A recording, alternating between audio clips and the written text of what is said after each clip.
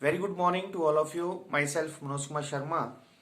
We are discussing depreciation, and you are most welcome in this video of Plus One accountancy subject.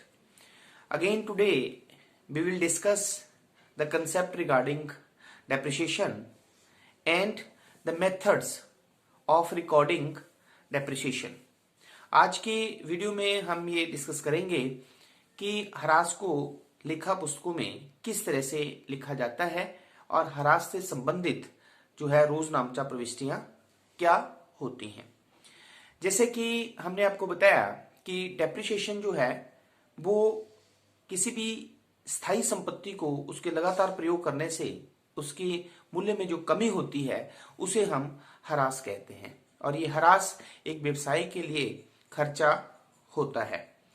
जब हम ह्रास को लेखा पुस्तकों में लिखते हैं तो इसको लिखने के दो मेथड है। The first method is when the depreciation is charge to asset account, and the second is when provision for depreciation account is created. तो सबसे पहले हम डिस्कस करेंगे when depreciation is charge to asset account. ये एक ऐसी विधि होती है जिसमें प्रति वर्ष ह्रास की राशि जो है वो संपत्ति खाते में क्रेडिट कर दी जाती है, और इस विधि के अंतर्गत संपत्ति को स्थिति विवरण में घटते मूल्य पर दिखाया जाता है।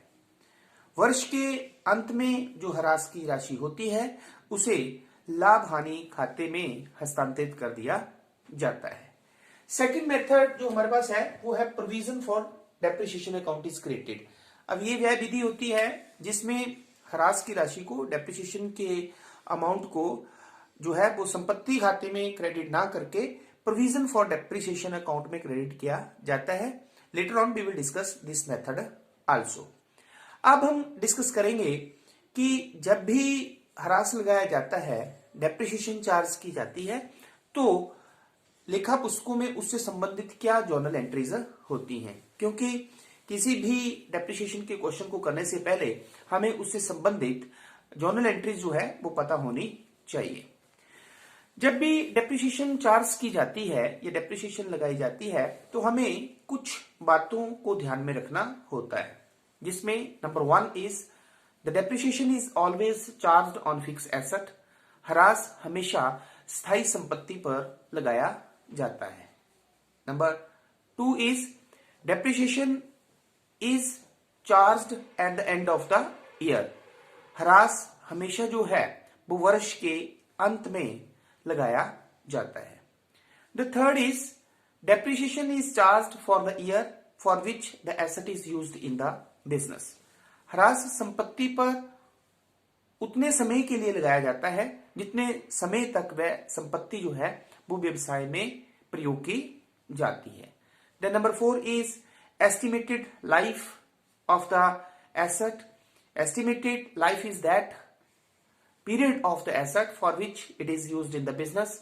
ये संपत्ति की वह अनुमानित अवधि होती है जितने के लिए वो व्यवसाय में प्रयोग की जाती है।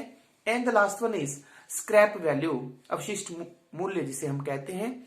ये वह राशि होती है जो अनुमानित अवधि के बाद संपत्ति को जितने रुपए में जो है वो बेचा जा सकता है, and it is always deducted from the book value. और इसे जो ओरिजिनल कॉस्ट होती है, जो बुक वैल्यू होती है, उसमें से हम माइनस कर देते हैं। तो कोई भी डेप्रिसिएशन से संबंधित क्वेश्चन करने से पहले ये सभी बातें जो हैं हम ध्यान में रखते हैं। तो let me discuss the journal entry. तो सबसे पहले हम जब संपत्ति को खरीदते हैं तो उस डेट को एंट्री हम करते हैं asset account debit to bank account या टू कैश अकाउंट।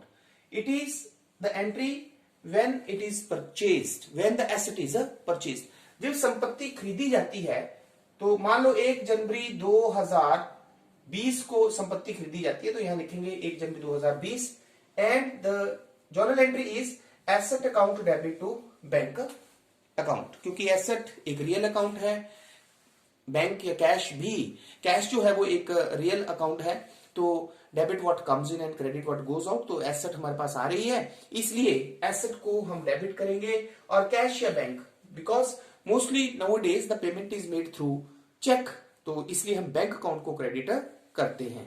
तो यहाँ पे एसेट का मतलब है जो भी हम एसेट खरीदते हैं। मान लो मशीनरी है तो हम जर्नल एंट्री करेंगे machinery account debit to cash. अगर हमारे पास फर्नीचर है तो furniture account debit to cash. ठीक है। The second entry is at the end of the year when the depreciation is charge. वर्ष के अंत में जब ह्रास लगाया जाता है तो हमारे पास जर्नल एंट्री होगी depreciation account debit to asset account, because the depreciation is an expense, क्योंकि डेप्रिसिएशन एक एक्सपेंस होता है, nominal account debit all the expenses, इसीलिए डेप्रिसिएशन के खाते को हम डेबिट करते हैं। तो जर्नल एंट्री जो होगी depreciation account debit to asset account, तो asset name of the asset यहां पे लिखेंगे, अगर प्लांट है तो प्लांट है, मशीनरी है तो मशीनरी लिखेंगे। एंड ये बात आपने ध्यान में रखनी है कि डेप्रिसिएशन हमेशा and of the year, eight the end of the year, वर्ष के अंत में लगाई जाती है। द थर्ड एंट्री जो होगी उसी ईयर में वो होगी at the end of the year when the depreciation is transferred to profit and loss account. क्योंकि डेप्रिसिएशन एक एक्सपेंस है इसलिए इसे हम प्रॉफिट एंड लॉस अकाउंट, लाभ हानि खाते में ट्रांसफर कर देते हैं। तो जर्नल एंट्री जो हमारे पास होती है वो होती है profit and loss account debit to depreciation account. Narration is being depreciation transfer to profit and loss account. Now अब ये जो दो एंट्रीज हैं हमारे पास, डेप्रिसिएशन चार्ज करने की और उसे प्रॉफिट एंड लॉस अकाउंट में ट्रांसफर करने की, ये दो एंट्रीज हर अगले साल जब तक उस संपत्ति को हम व्यवसाय में यूज करते हैं, ये दोनों एंट्रीज जो है वो रिपीट होती रहेंगी। जैसे कि 31 मार्च 2021 को फिर ये डेप्रिसिएशन लगाने की एंट्री होगी, 31 दिसंबर 2021 को फिर ये profit and loss account debit to depreciation account की एंट्री होगी। तो मान लो उससे अगले साल फिर हम संपत्ति को यूज करते हैं 2022 2023, ये दोनों एंट्रीज जो हैं डेप्रिसिएशन लगाने की और डेप्रिसिएशन को प्रॉफिट एंड लॉस अकाउंट में ट्रांसफर करने की, ये तब तक रिपीट होती जाएंगी जब तक हम उस संपत्ति को बेचते नहीं है। अब हमारे पास या उसकी वैल्यू जो है वो जीरो नहीं हो जाती है बुक्स ऑफ अकाउंट्स में। ओके, अब हम जर्नल एंट्रीज डिस्कस करेंगे the year in which the asset is sold. जब इस संपत्ति को जो है वो बेचा जाता है तो उस समय जो है क्या जर्नल एंट्रीज होती हैं। तो when the asset is sold, तो जब संपत्ति जो है बेची जाती है, when the asset is sold. तो फर्स्ट ऑफ ऑल हम डेट अब वो लिखेंगे, डेट हम वो लिखेंगे जब हम संपत्ति जो है वो बेची जाती है। तो date of the asset sold, तो when the asset is sold then entry is cash account debit या बैंक अकाउंट डेबिट भी लिख सकते हैं आप टू एसेट अकाउंट, उस एसेट को हमने बेच दिया। Narration being asset sold, machinery है तो मशीनरी और फर्नीचर है तो फर्नीचर। क्लियर। अब इसी डेट को date of the asset sold, the same date is there when the asset is sold at the time the depreciation is charge on asset sold. जो machinery बेची जा रही है उस पे हम डेप्रिसिएशन लगाएंगे, डेप्रिसिएशन ऑन एसेट सोल्ड, जो हम एसेट बेच रहे हैं उस पे डेप्रिसिएशन जो लगेगी। तो again the entry is depreciation account debit, क्योंकि ये एक्सपेंस है, टू एसेट अकाउंट, ये हमारे पास एंट्री होगी। Narration is being depreciation charge, ये हमारे पास डेप्रिसिएशन की एंट्री लगेगी सेम डेट को। अब third is when the same ही डेट को, ये तीनों सभी एंट्रीज, ये तीनों एंट्रीज सेम ही डेट को हो रही है। जब हम डेप्रिसिएशन लगाते हैं, एसेट को बेचते हैं, तो जब हम एसेट को बेचते हैं we may have profit we may have loss, हमें एसेट को बेचने पर प्रॉफिट भी हो सकता है और लॉस भी हो सकता है।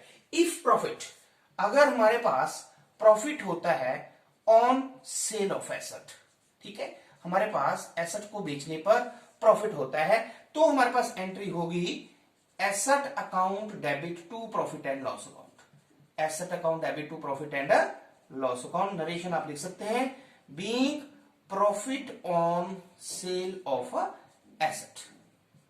Then the second is if loss, same date को, अब या तो प्रॉफिट होगा या लॉस होगा। तो अगर प्रॉफिट है तो asset account debit to profit and loss account, और अगर लॉस है तो रिवर्स एंट्री हो जाएगी profit and loss account debit to asset account. To asset account, ठीक है, being loss on sale of asset. After that we have depreciation on remaining asset. Depreciation on remaining asset, जो हमारे पास asset बच जाती है उस पे हम डेप्रिसिएशन जब लगाएंगे तो सेम एंट्री वही हमारे पास होगी, depreciation account debit to asset account. Depreciation account debit to asset account. यहां पे ध्यान रख लेना है अपने बात, ये जो डेप्रिसिएशन लग रही है उस एसेट पर है जो जिसको हम बेच रहे हैं. अब जो हमारे पास बच गई उस पे जब हम डेप्रिसिएशन लगाएंगे, this is and of the year, ये हमेशा लास्ट में लगेगी. और फिर लास्ट में जो एंट्री हमारे पास आएगी that is depreciation is transfer to profit and loss account. तो profit and loss account debit to depreciation account when the depreciation transfer to profit and loss account. Okay, so इस तरह से ये हमारे पास ये एंट्रीज होंगी उस ईयर में जिस ईयर में हम एसेट को बेचते हैं. तो आज के इस वीडियो में हमने क्या डिस्कस किया कि जब हम एसेट्स को खरीदते हैं तो एंट्रीज हमारे पास क्या होती हैं, ठीक है, और दो एंट्रीज जो एसेट्स पर डेप्रिसिएशन लगाने की और उसको प्रॉफिट एंड लॉस अकाउंट में ट्रांसफर करने की हर साल रिपीट होती रहती हैं जब तक उस एसेट्स को हम नहीं बेचते हैं. और the entries in the year when the asset is sold, और जब एसेट बेची जाती है हमारे पास तब हमारे पास जो है वो क्या जर्नल एंट्रीज होती हैं. पहले एसेट्स को बेचने की, फिर जो बेच रहे हैं हम एसेट्स उस पर डेप्रिसिएशन लगाने की, फिर एसेट्स जो बेची उस पर प्रॉफिट होगा या लॉस होगा, फिर जो हमारे पास एसेट्स बच जाती है उस पर डेप्रिसिएशन लगाने की, और फिर जो भी डेप्रिसिएशन हमारे पास होगी उसको हम प्रॉफिट एंड लॉस अकाउंट में ट्रांसफर करते हैं because it is an expense. तो आई होप इस वीडियो के बाद आपको डेप्रिसिएशन से रिलेटेड जर्नल एंट्री जो है वो समझ में आ गई होंगी. Thank you very much.